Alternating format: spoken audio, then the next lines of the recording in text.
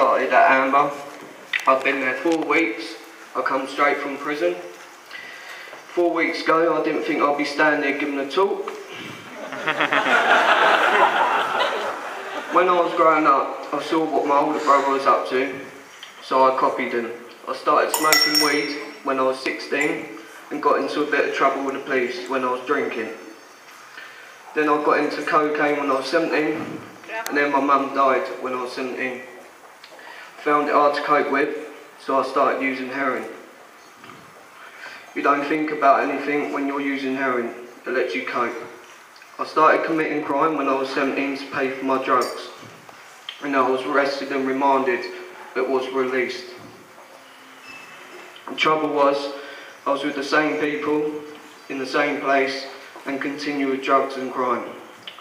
I was doing burglaries to keep me going with heroin. I was arrested and then sent to prison for 15 months. I was 18 at the time. When I got out of prison, I went back home. I didn't care about anything.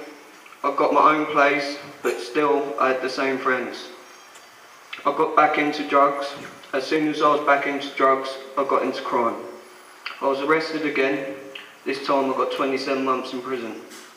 Whilst I was in prison detoxing, someone told me about Amber.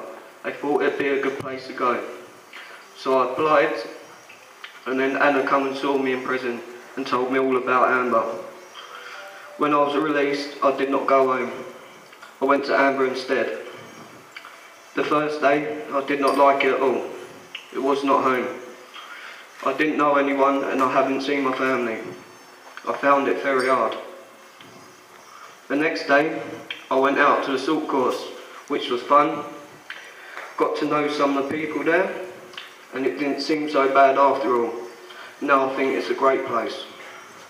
I'm doing fine and coping, having come off drugs. I feel good about myself for the first time for a long time.